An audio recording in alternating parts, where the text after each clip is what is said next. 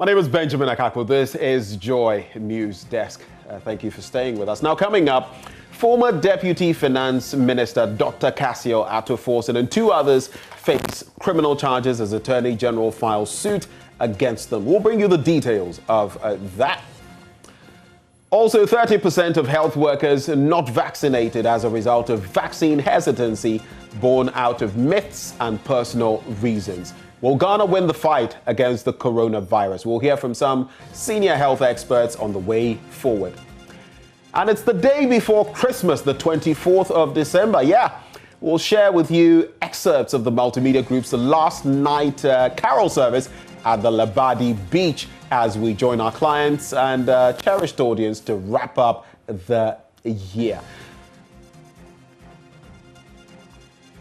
We have business, we have sports as well, all of that in this hour. You're welcome.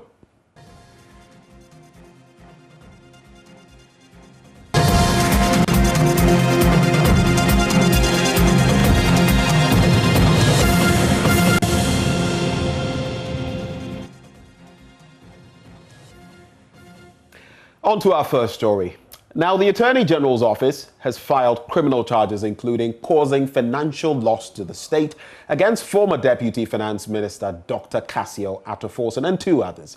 The two are Sylvester Animana, who was a chief director at the Ministry of Health when the alleged crimes were said to have been committed, and the businessman Richard Jakpa.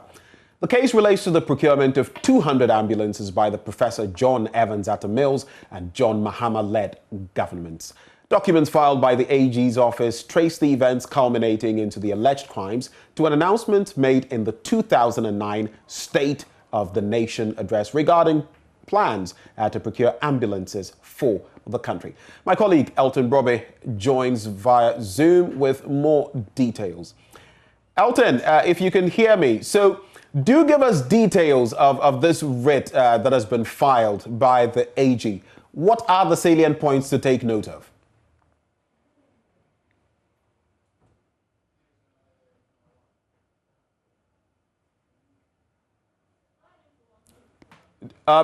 Elton, so please unmute for us. And I'm basically asking, Elton, about the details of the writ. What are the salient points that we ought to take note of as far as this writ is concerned?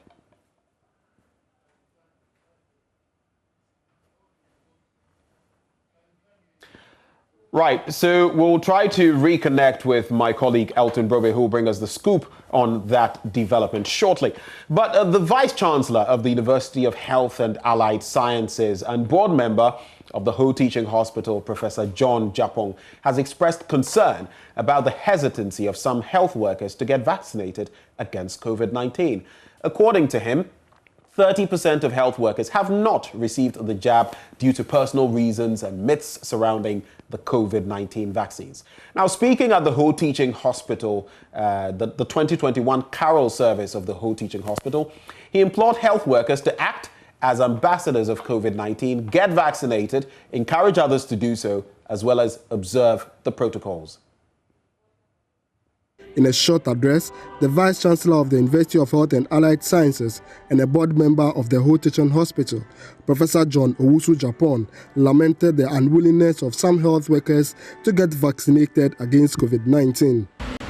And the data from the Ghana Health Service suggests that our region, and by that I mean the Volta region, has had the lowest uptake of the COVID vaccines. And you all know some of our health workers are even concerned or probably afraid of taking the vaccine. Work that we have done suggests that about 30% of health workers are not taking the vaccine. So if you take every 10 of you here, 3 have not been vaccinated. We need to reflect on this even as we move into the next year to protect ourselves, to protect our patients, and to protect everybody. That is the best we can do as a community. The Chief Executive Officer, Dr. John Tampuri, underscored the development of the facility within the year under review and emphasized the importance of the COVID-19 vaccination.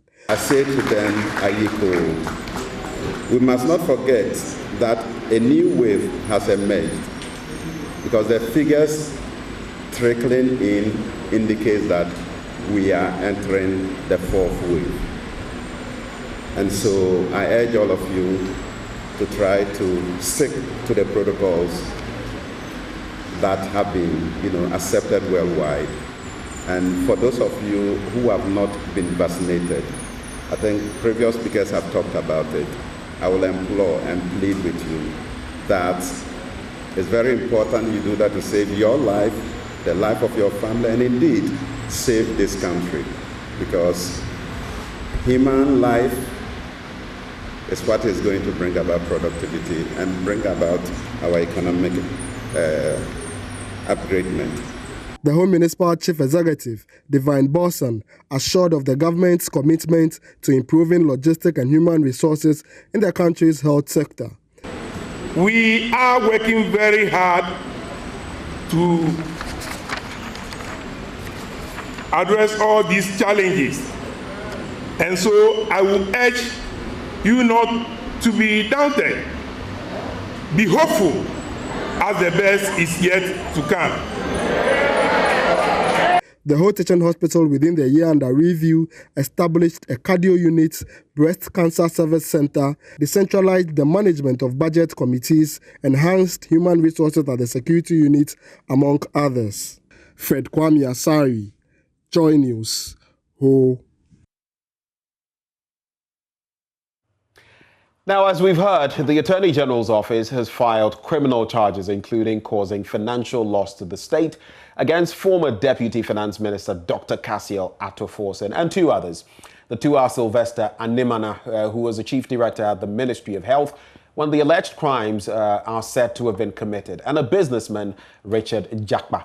The case relates to the procurement of 200 ambulances by the Professor John Evans Atta Mills and John Mahama-led governments. Documents filed by the AG's office trace the events culminating into the alleged crimes to an announcement made in the 2009 State of the Nation address regarding plans to procure ambulances for the country. My colleague Elton Brobe joins me now via Zoom with more details. Elton, if you can hear me, give us the details of this writ. What are the salient points?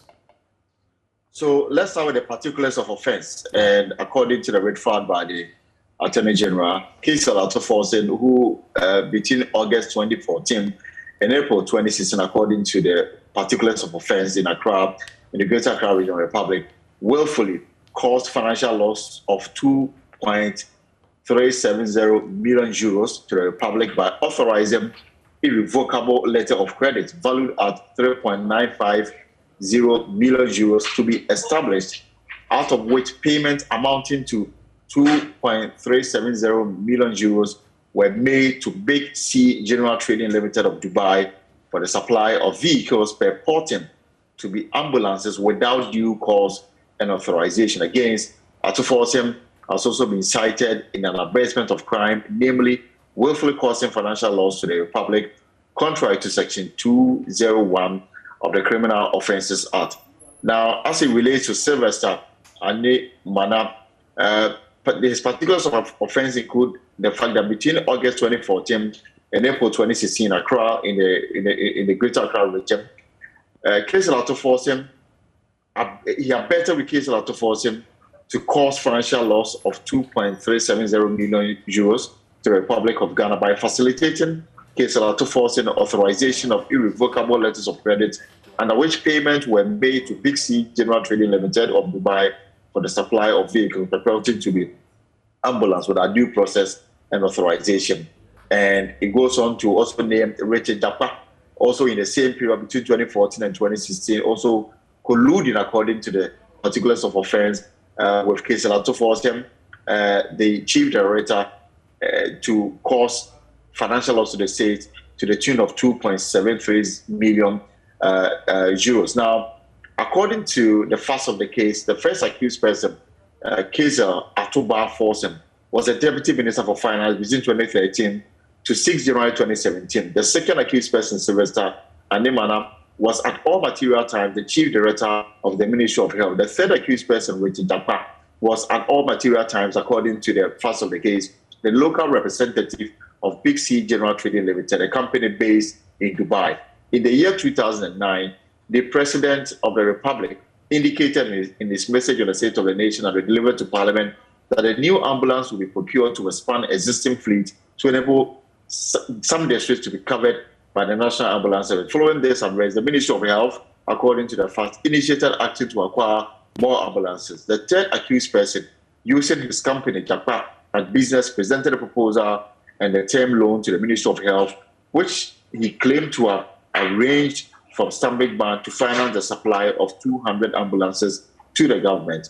And according to the statement, on the 22nd of December, Cabinet endorsed an executive approval that had been granted for a joint memorandum submitted by the Minister for Health and the Deputy Minister for Finance and Economic Development for the purchase of 200 ambulances for the National Ambulance Service out of a medium-term loan facility of 15,800,000 euros to be paid out of a credit arrangement between Stanbic Bank Ghana Limited and the Government of Ghana to the Ministry of Finance. And according to the facts again, by the joint memorandum dated 30th April 2012, the Minister for Finance, Dr. Kwadranadofo, and the Minister for Health, Alban K. Bagben, the current Speaker of Parliament, applied for parliamentary approval for the supply of 200 ambulances at the price of 15,800 euros to be paid out of a credit arrangement between Stanbic Bank Ghana Limited and the Government of Ghana to the Ministry of Finance. This memorandum to Parliament did not make reference to any role to be played by either Big C General Trading Limited, based in Dubai, or the agent of Big C Japa at Business Limited in the transaction. It also did not refer to the terms under which the ambulance will be procured or the terms under which the two companies will be involved in the transaction. And it goes on to say that on the 1st of November 2012, Parliament granted the approval for the financing of the agreement, and they provided a letter dated 19th November 2012. The second accused person, who was then the Chief Director of the Ministry of Health, requested approval from the Public Procurement Authority to engage Big C through a process of single sole sourcing for the supply of 200 ambulances. The letter falsely indicated that the reason for the sole source was because Big C had paid for funding for the project. And by an agreement dated 19 December 2012, the Government of Ghana, represented by the Ministry of Health, formally contracted Big C General Trading Limited, based in Dubai, for the supply of 200 Mercedes-Benz ambulances. Right. The contract sum was 15,800,000 euros at a unit price of 79,000 euros. So a couple, it goes on and to say that these did not meet the standard requirements of public sector agents to act at all times in the interest of the nation. For that reason, 3.27 million has been lost because the ambulance came without the fittings to be called an ambulance. And in the words of the current health minister, they were at best cargo vehicles imported under the name of ambulance. And that's the reason why government says that they are in court seeking the court pronouncement on these matters. Okay, so my final bit to you, Elton, and it's interesting that, yes, a chief director, but a deputy minister, not even the substantive minister at the time, being cited in this. But Dr. Forson, we understand, will be briefing the press on the latest development. What can you share with us on the back of that? So he is already saying that he is left with the conclusion that this is because of the position he's taken against what he describes as the oppressive tax that government want to force on the throat of Ghanaians with the introduction of the e-levy. And it is basically the reason why he's been hauled before court to answer charges of willful causing financial loss to the states. But what we have checked so far also indicates that in the last year alone, Dr. Forson has been out of Ioko assisting in investigation into this particular procurement. So Ioko had done some work on it, and it is based on the Ioko's recommendation that the Attorney General is now going to court, seeking the court a direction as far as this matter is concerned. It is, however, unclear whether in the course of this trial, the Speaker of Parliament, Alban Babe, who was the health minister at the time, who also be asked to answer for his role in the procurement of this. Because as of now, the particulars as presented by the Attorney General does not indicate the Speaker has been cited for any wrongdoing in this particular document. Our presidential correspondent there, Elton Brobe, thank you so much for bringing us the latest on that. And we'll monitor the reaction from Dr. Cassio Atto Forsen and give you updates as and when they are available. Let's move on to our story then. And activities of pickpockets, will be telling you a bit more about that shortly. But let's go to this one. The Upper West Regional Director of the National Road Safety Authority, Kwame Owusu-Abrokwa, has revealed that the Upper West region has recorded in the last 10 months 42 deaths from road accidents. In addition, 234 vehicles have been destroyed as a result of the accidents, leaving 79 people seriously injured. Kwame Owusu-Abrokwa disclosed this at the launch of the Stay Alive campaign in the Upper West region aimed at reducing the carnage during the festive season. Joy News' Upper West correspondent Rafiq Salam now reports from Wa. Due to the increasing cases of road accidents, the National Road Safety Authority launched the Stay Alive campaign in a bid to reduce the carnage on the roads.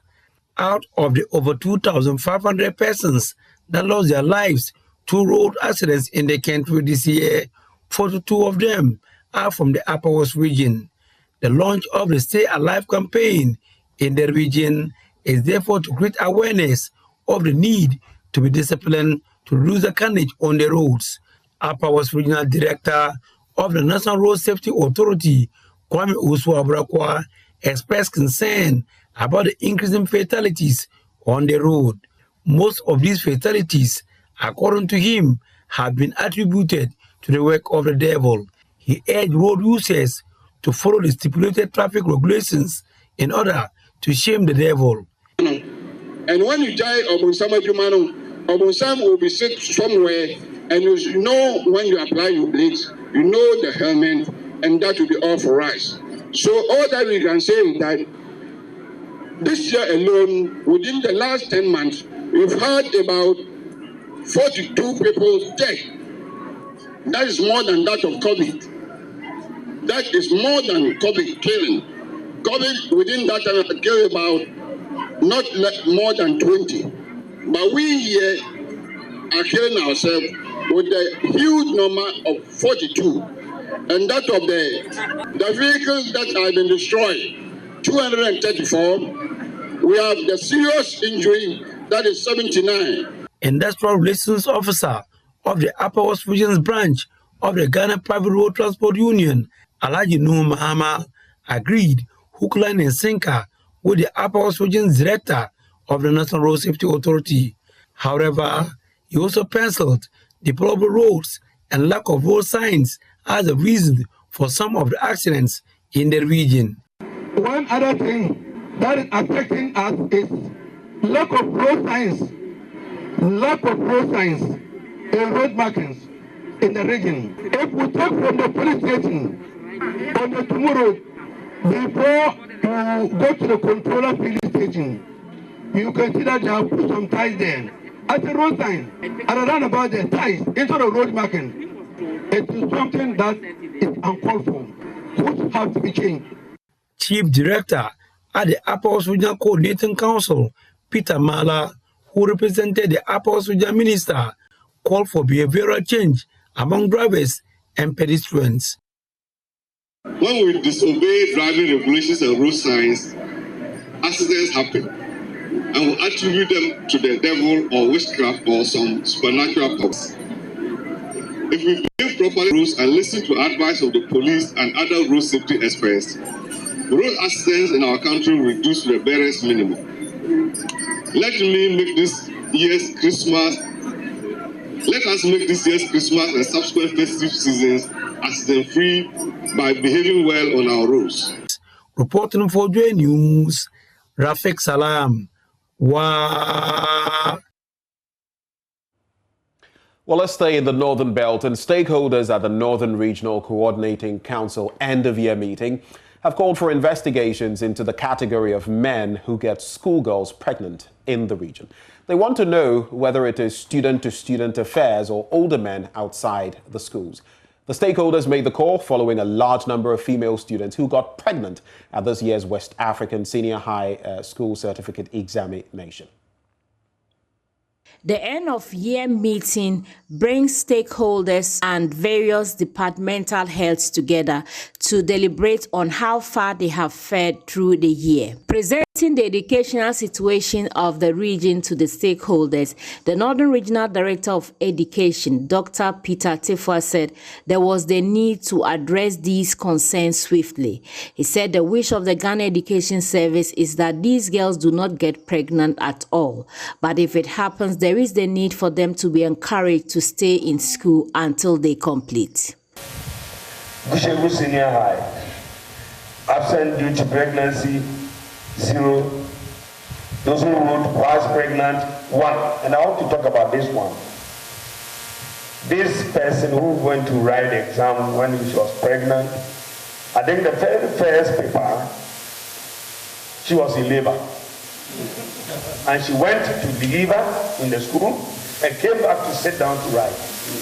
On and on to Wapuli Community 1. So you see that throughout the senior high schools that we have, there were some pregnancy issues in all the institutions. It is something we must seriously work on. The Northern Regional Minister, Alhaji Shani Al-Hassan Shaibu, commended RECSEC for the swift intervention in dealing with issues of security in the region. The region can confidently state that state has enjoyed relative peace thanks to the security agencies for our dedication and commitment, the professional manner in which they tackled issues that had tendency of disrupting peace and security in the region. We can all recall recent issues of some audio-video recordings that circulated across the social media handles and looming ethnic conflicts. Thanks to Undayana, National Security and Defense Ministries for the swift response and reactions to those claims, which resulted in calming tensions across the region. Now, over the years, the IB program at the SOS HGIC has encouraged students to contribute to the development of their communities through creativity, activity, and service. This mandate is crucial given the school's Pan-African ethos and commitment to uplifting Africa through active service to the community. This year, the class of 2021 went the extra mile and raised funds to refurbish the children's consulting room at the Accra Psychiatric Hospital. We have details for you in the following report. The class of 2021 of SOS AGIC IB Diploma Program embarked on a creativity, activity and service project dubbed Matrix. The project was based on the United Nations Sustainable Development Goal 3, which is promoting good health and well-being. The objective of the project was to improve the standards of facilities allocated for the provision of care for mentally ill children. Francis Breton Akwesikuma, who is the co-head of the project, explained why the class chose to focus on mental health. The class of 2021 had a series of meetings with both staff and within the cohort, and we decided that mental health was something that is not really focused on in Ghana, so we decided to focus on mental health. Initially, the project began during 2020 but had to be held up due to the emergence of COVID-19. IB Diploma Coordinator Aishat Addison explained how the students still found a way despite the effects of COVID-19. Because ideally, our students would be very involved in every bit of the project. They would even come to the grounds and you'd see them doing the work and all of that. So in terms of being actively involved in the refurbishment, they did not get the opportunity for that. But I think the space to be able to think about it, to talk about it, to negotiate, to redesign their ideas because of the kind of funding that they were getting, were very useful for them in terms of their learning. Dr. Peggy Esidu-Ekremet, who is a psychiatrist, was grateful for the kind gesture shown by the student. Many people actually don't believe children can also be mentally ill. They've done a very good job to this place. They've given us child-friendly colors. We can see the painting is very nice. The sofas are even inviting to children. We believe that this will go a long way in the management of the children that we see here. Members of the class of 2021 reached out to the general public and corporate bodies to support their community service. They embarked on a tree planting exercise to fund their CAS service project, whilst raising awareness about climate change and mental health. EcoBank, who supported the project, explained why they came on board. Not just what they've done, but to have young people learning the habits and the culture and wanting to get back. I think for us as a bank, that is something that we do, and that's something that we want to encourage. So we are happy to be part of this. The handing over ceremony of the refurbished Children's Consulting Room took place at the Accra Psychiatric Hospital on Thursday, December 23rd.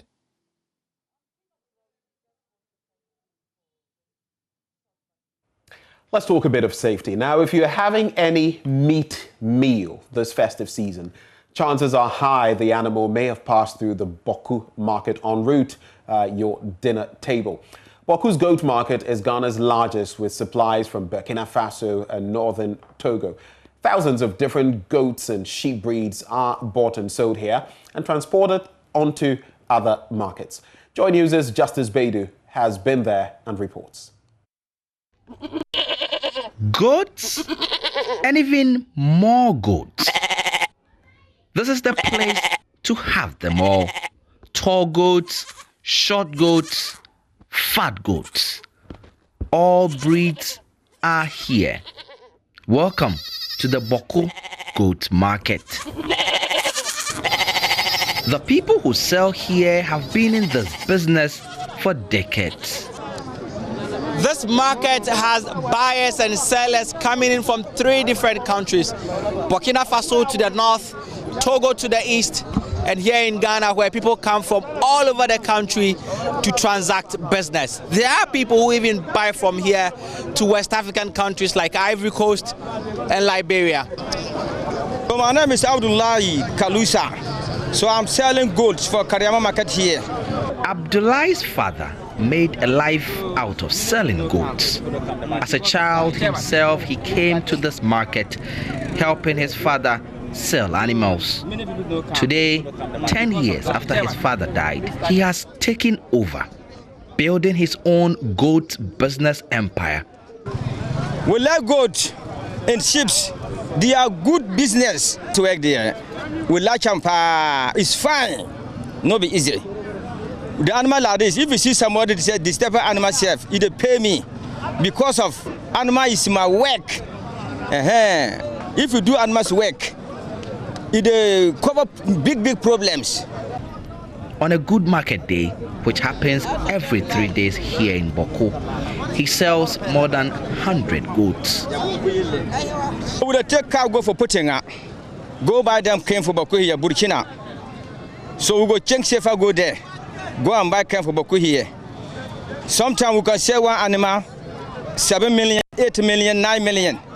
The buying and selling in this market is on many levels. One of these roles is what is played by people like this man, Isa Anyangere.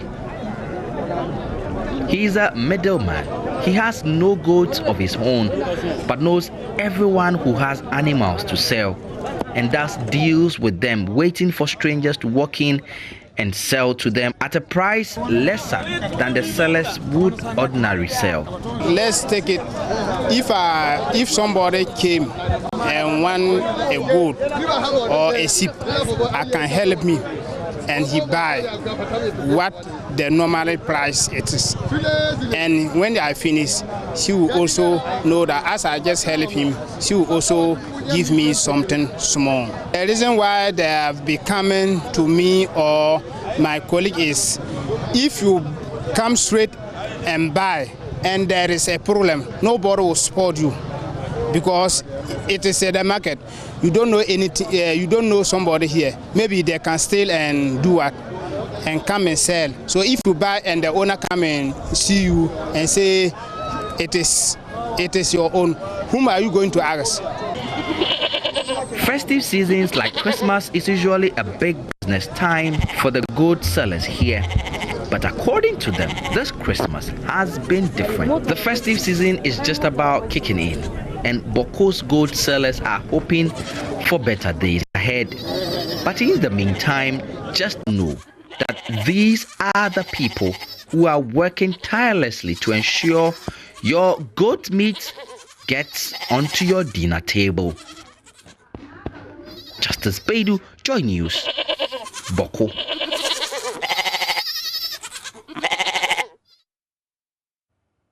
Well, we're staying with the season, and Christmas, they say, is best enjoyed in the village. The family reunions, story time under the bright full moon, and the excitement that come with tasting chicken for the first time in a year are fond memories. Love FM's Emmanuel Bright Kweku traveled to Drobonso in the Ashanti region to seek answers to whether Christmas traditions in the village still linger on. Drobonso, the capital of the Secho Afram Plains district, is located on the outskirts of Kumewu in the Ashanti region. The district capital houses nearly 36,000 indwellers, who mostly are farmers and petty traders. With Christmas beckoning, the indigents in this community seem not to be so much enthused about the festive season. The old folks here argue the excitement of the season is diminishing as the Xmas culture gradually loses its essence. Ejamenu has lived in Drobonso since his birth in 1958. The 63-year-old who owns a mini grocery shop says a lot has changed regarding Xmas in the village. The Christmas in the olden days was fun. Recounting Christmas in the olden days, Ejamenu says residents of Drobonso and adjoining communities used to meet at the community center to celebrate the festive season. As a kid, he and his friends would dress up in masquerade and go for what the Westerners would describe as trick or treat during Halloween. When I was a child, my friends and I used to visit homes for trick or treat. We used to hang them around our neck.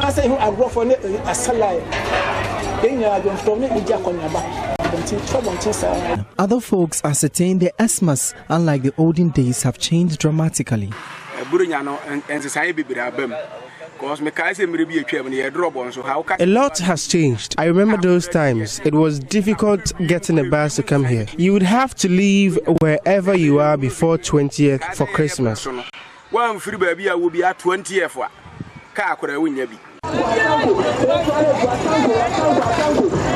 It's about that time of the year again, December 24th. Many people in urban centers are seen joining public transport, but one may ask, where are they heading?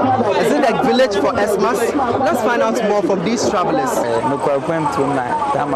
I'm going to Beijing for the holidays. It's more fun there than in the city.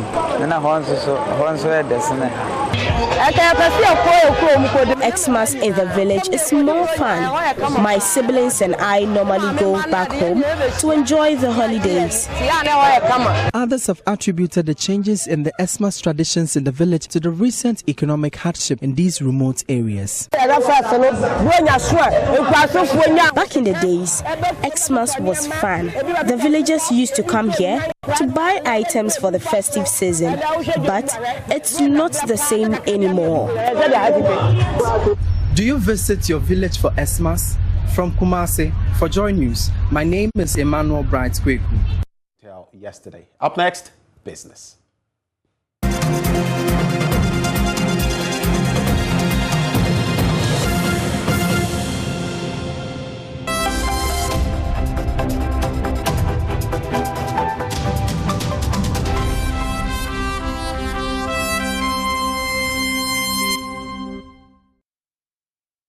Hello, good morning. Welcome to Business. My name is Darryl Kwao. Christmas attires are everybody's favorite. For many, Christmas means getting new clothes. Now, characterized by merry-making events, the demand for Christmas clothing increases, but much of the workload tends to be on tailors and seamstresses who, out of stress, sometimes disappoint customers. Bilkis Muhammad has more in this report. Every year, people lament the high rate of disappointment suffered in the hands of their dressmakers. Some vent their anger on social media, leading to funny memes, now a trend.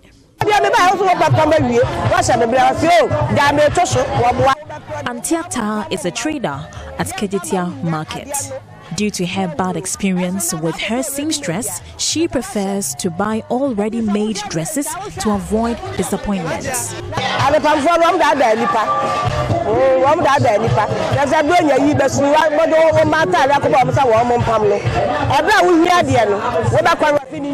The tailors deceive people. The day you will need your dress, they will tell you they are not.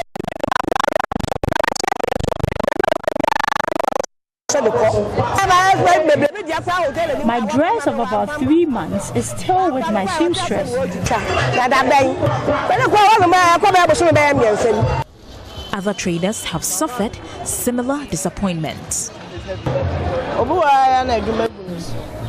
To avoid disappointment, I'll always prefer to buy a ready-made and later sew one.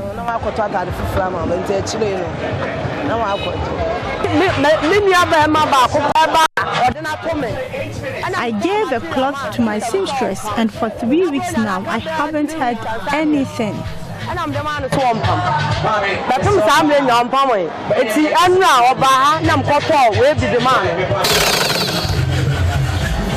The vocation of dressmaking has always been hectic, especially during the festive periods.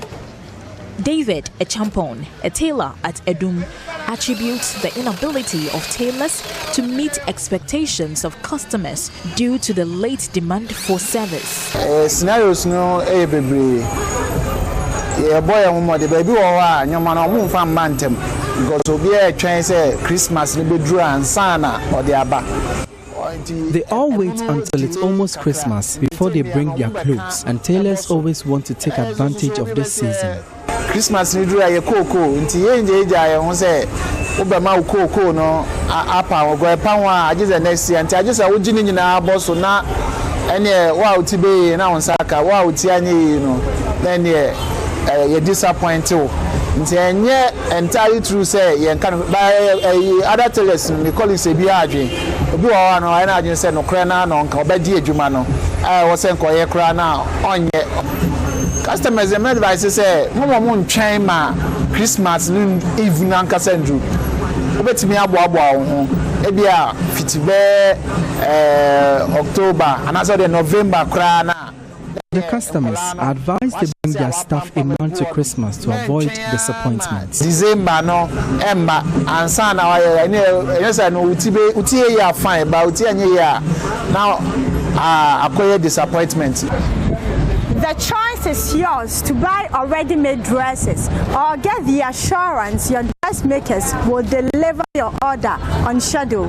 Reporting for Joy News, Belkis Mohammed. A red shirt for me every Christmas works. Well, to other news, Executive Head of Finance and Operations at Cow Bank PLC has called on government to put in stringent measures to sustain the gains made in Ghana's financial inclusion campaign and initiatives. Thomas Kwesi Sarpong observes this is critical to strengthen the financial services sector as well as encourage customers to continue having confidence in the sector. He spoke to my colleague Prince Pierre at the bank's end-of-year Thanksgiving service held in Kumasi. Financial inclusion conversation looks as though it will not go anytime soon. In the wake of the e-levy conversation, many industry players have impressed on government and the necessary authorities to ensure the campaign is sustained. At the sidelines of the Cow Bank PLC Thanksgiving service in Kumasi, Executive Head of Finance and Operations at Cow Bank PLC, Thomas Kwesi Sarpong, observed though the banking sector reforms and the cleanup have injected some strength in the banking operations, more needs to be done to strengthen the financial inclusion agenda. For policies, I think that it's not only the central bank, I think it's also to the government to make sure that the financial inclusion that we have all been talking about, there should be policy directions that will bring financial inclusion. I say this because the biggest problem that is facing, in my view, this country is the lending rate, which is also a function of available resources to the banking sector. So if it happens that every Ghanaian has his money at the bank, the banking sector will have so much deposit that they won't have anything to do than to chase people and grant them these loans. And demand and supply will at this point come to play, and therefore the interest rate will go down.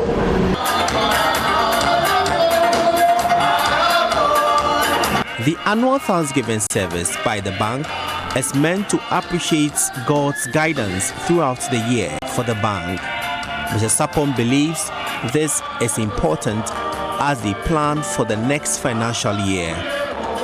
We recognize what God has done for us for the year gone by. We've always been organizing an annual Thanksgiving service to praise God for how far He has brought us, and also have a communion discussion with our members, but we break it down for different sectors. We are organizing one in Accra, another one in the Western region, and I'm here to join the team here for the Northern sector, specifically Kumasi.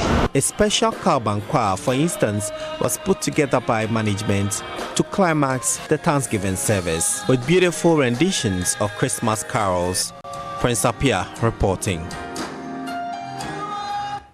All right, and that's business for now. Coming up next, Michelle, with sports. Don't go anywhere.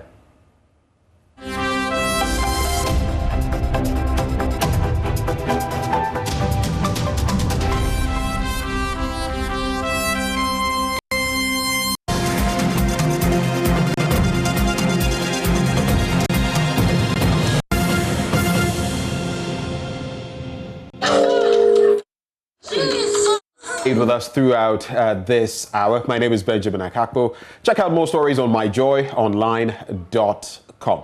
Do have a good morning.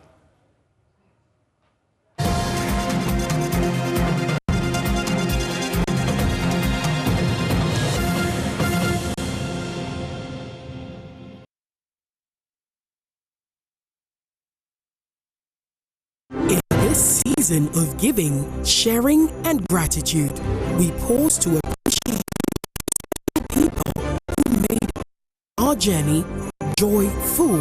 We say a big thank you.